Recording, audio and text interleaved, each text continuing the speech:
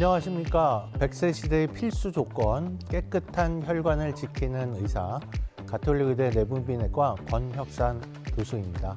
오늘은 고지혈증 맞춤형 생존 전략에 대해서 이야기 한번 나눠보도록 하겠습니다.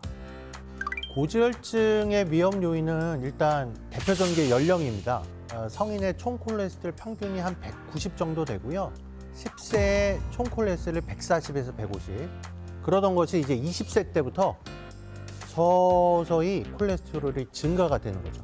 콜레스테롤이 높아진다는 건 결국은 혈관벽에 기름때가 끼고 동맥경화증이 생기는 위험도가 높아지는 거죠.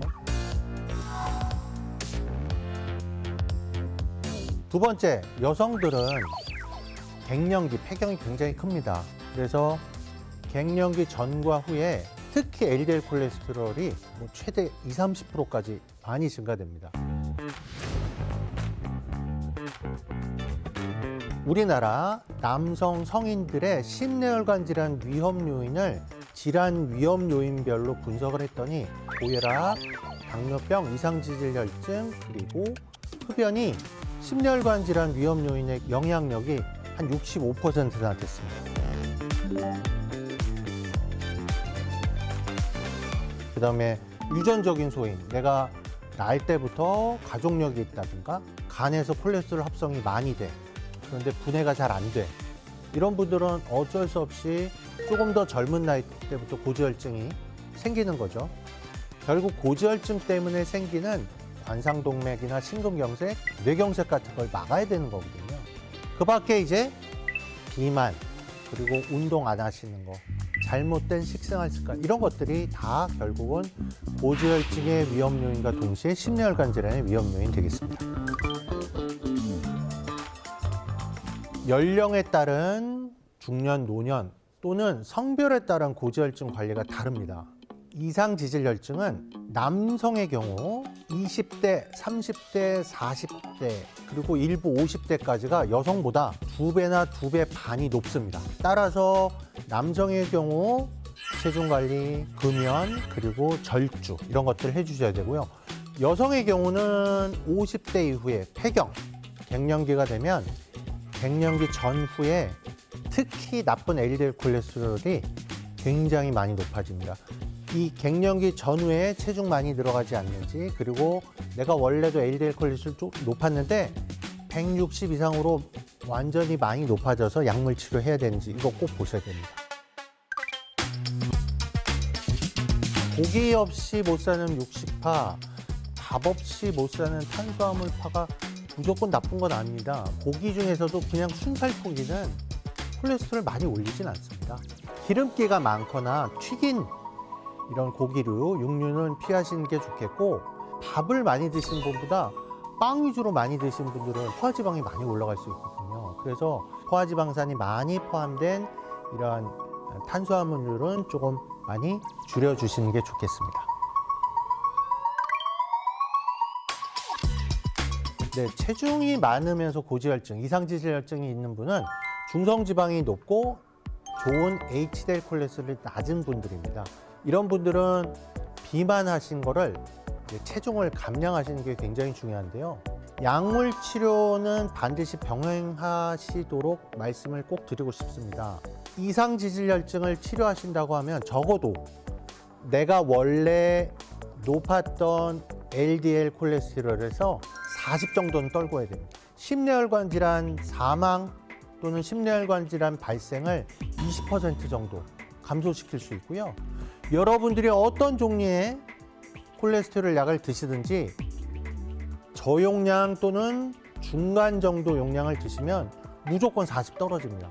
그러면 왜 그럼 유산소 운동 하라는 거냐? 심장의 효율, 그다음에 심장 기능, 심장 건강이 좋아집니다. 심장 기능이 튼튼하기 때문에 심근경색이나 이런 부분들이 덜 생기게 하는 좋은 효과가 있기 때문입니다.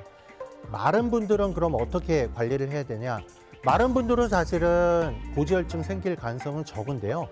마른데도 고지혈증, 이상지질혈증 생긴 분들은 간에서 콜레스테롤을 너무 많이 만들거나 분해가 안 되시는 분이기 때문에 이런 분들도 운동은 하셔야 되지만 반드시 약물치료 같이 병행하셔야 된다는 거 꼭 강조하고 싶습니다.